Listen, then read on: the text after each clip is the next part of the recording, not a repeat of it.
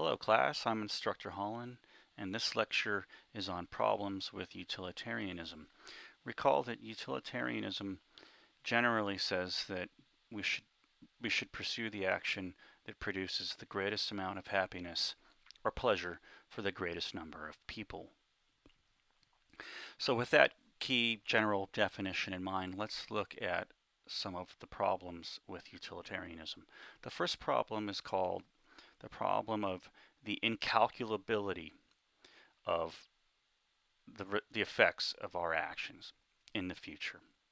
And the worry here is that it's just it's incalculable, that all the effects of our actions cannot be foreseen and known, so we couldn't possibly factor in all the effects of our actions to make a judgment about what will produce the greatest happiness for the greatest number of people.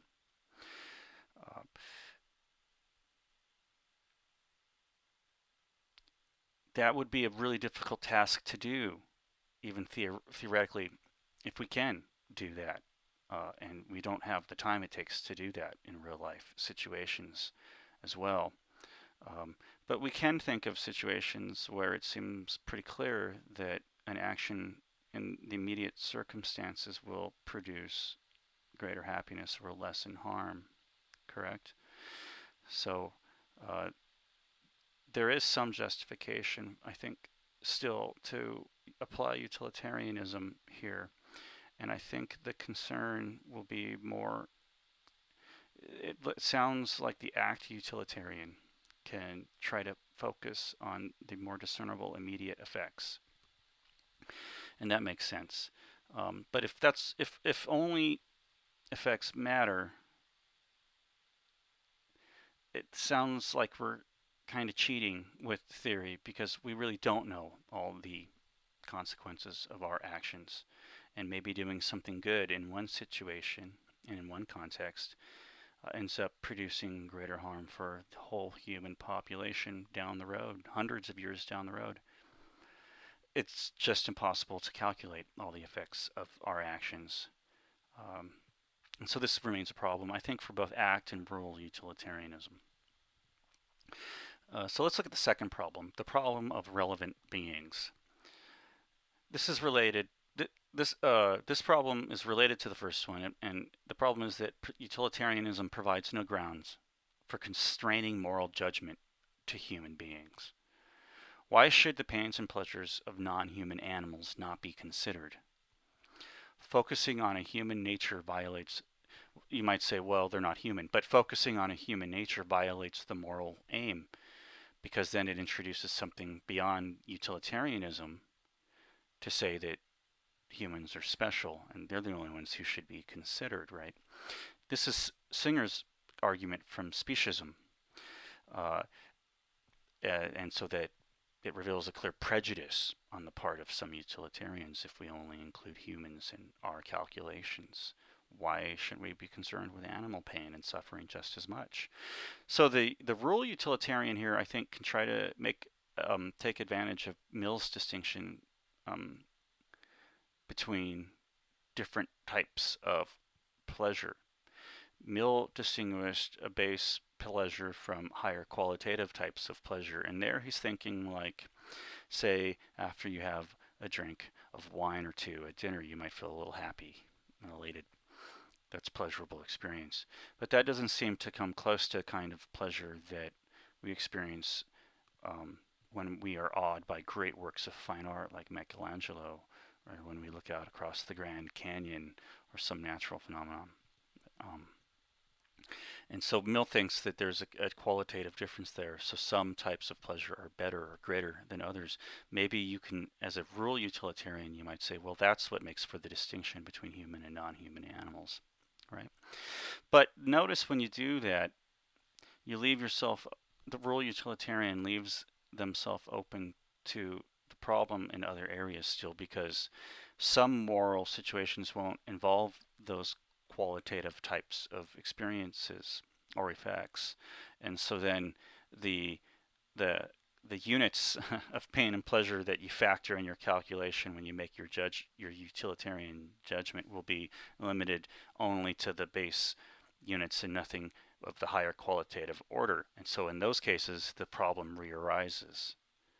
Maybe the world utilitarian will just say we should consider non-human animals. In fact, Singer is a utilitarian who thinks just that we should consider, that we should give equal consideration to human and non-human units of pain and pleasure. Interestingly, in so doing, he doesn't distinguish any moral value or any moral difference between a cat and a human being. It's a rather large pill to swallow, but there is still a good sentiment there that animals should be considered. The pains of animals and the pleasures of animals should be considered in our moral judgments. So from this problem, let's look at the third one. This is, let's move on to the third one. This is called the problem of pleasure and happiness. Is not all that matters. So on this, according to this problem, utilitarianism identifies the good with pleasure. But this assumption is highly questionable. Singh argues that there are many other factors to consider. If pleasure were the only aim, then there is nothing to prevent us from choosing to stay plugged into an experience machine, producing happiness for the rest of our lives. Think of the movie The Matrix when Neo's in the machine, and the whole plot of all the Matrix movies was to get the human beings out of these machines, right? Well, if according to utilitarianism, if all you're thinking about is pleasure and happiness, then you should want to stay in this machine. And in fact, you should want every human being to stay in this machine because it will produce nothing but pleasure and happy experiences for the rest of your lives, right? Now, Singh says that's the wrong outcome. Obviously, we don't want to jail the human population and jail them all and confine them in these machines and think that that's doing them a greater service. So our real relationships present many other crucial values for our lives. Okay, so for this argument, see Singh, is pleasure all that matters? Thoughts on the Experience Machine in 2019, pages 126 to 129. And a similar objection against egoism raised by Hume, Egoism is Mistaken, in Archie and Archie, 2004, pages 237 to 247. So to return to the Matrix example, there's actually a character in the first movie who wants to go back into the Matrix, into this pod machine, and experience a fake reality. And the viewers, as the audience, we know that man is off his rocker.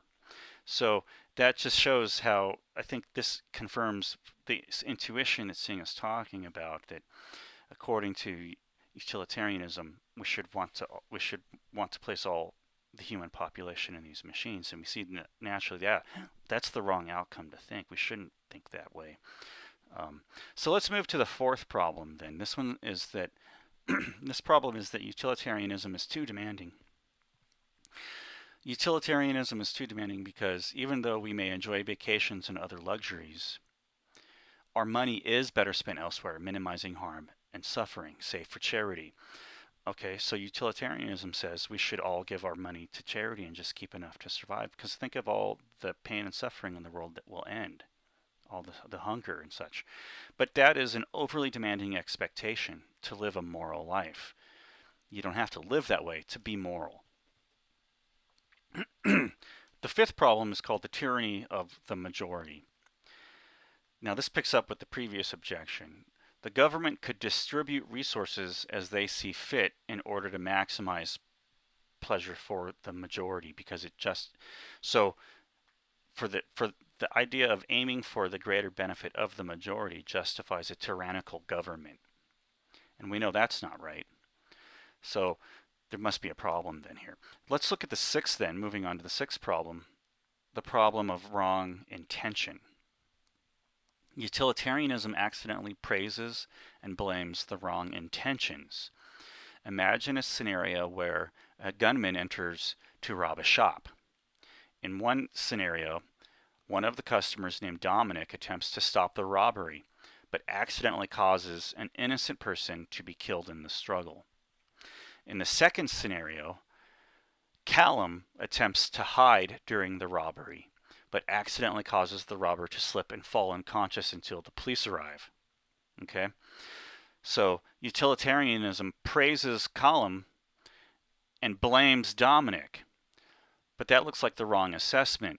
Hollon just got lucky, right? He was trying to hide. He was being cowardly and by accident knocked the gunman unconscious. So utilitarianism says, you're a hero, you're so brave, you saved these people. Or they just say, it's so great that you were cowardly, you saved these people. It just looks like we praise the wrong intention, though, based on just the effects alone, right? Rather, Dominic, who bravely confronted the gunman, fought with him, and successfully stopped the gunman, but brought about the accidental death of another customer. It looks like Dominic would be the person to praise in that situation because his intention was admirable. So this is the problem of assigning different values to intentions, and so upholding or praising or blaming the wrong intention. The seventh problem is the problem of partiality. It looks unreasonable. It looks like an unreasonable expectation that people should give the lives of others far removed from them the same consideration that they give their families and children. Not that people should lack concern for the general well-being of others, but it stands to reason that people should be expected to give more precedence and concern to their immediate family and loved ones. So utilitarianism faces a problem with with the facts that we have more committed relationships and relationships about in which we care for people more than others. Utilitarianism says we should look at everybody the same, but that's just not realistic.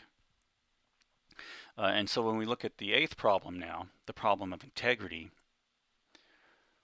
Williams shows that utilitarianism reaches its conclusion too fast. So imagine the following scenario. Jim is an explorer who stumbles upon an Indian leader who is about to execute 20 people. Jim knows nothing of their possible crimes or any other factors involved, but he is offered a difficult choice by the Indian chief, who is eager to impress his foreign traveler. Jim can either shoot one of the prisoners himself, and then the rest will be set free as a mark of celebration, or he can refuse the offer, in which case all 20 prisoners will be executed as planned. It is key to note that Jim does not have control of the situation in the sense that he is powerless to bargain or negotiate with anyone, and nor can he use a weapon to successfully free the prisoners. He has only two options laid out. So whether we agree with utilitarianism or not, in this case, is beside the point. Rather, Williams's point is that utilitarianism says the outcome should be reached easily or quickly based on a simple mathematical calculation. Oh, wait a minute, just kill one and 20 go free versus they all die. Oh yeah, well, that's the obvious choice. But he says, no. That choice should take time, even if you think you end up coming to it. It's just too fast. It's too quick and easy a solution to these kinds of conundrums and dilemmas that people face. So let's look at the ninth problem. And the ninth problem is that utilitarianism justifies immoral acts with favorable effects. And this is similar to the problem of praising, blaming the wrong intention. By focusing on the ends alone to justify any given action, people could justify patently immoral actions, such as murdering an innocent but terminally ill patient in order to harvest her organs and save the lives of many others. This is one variation of the trolley problem.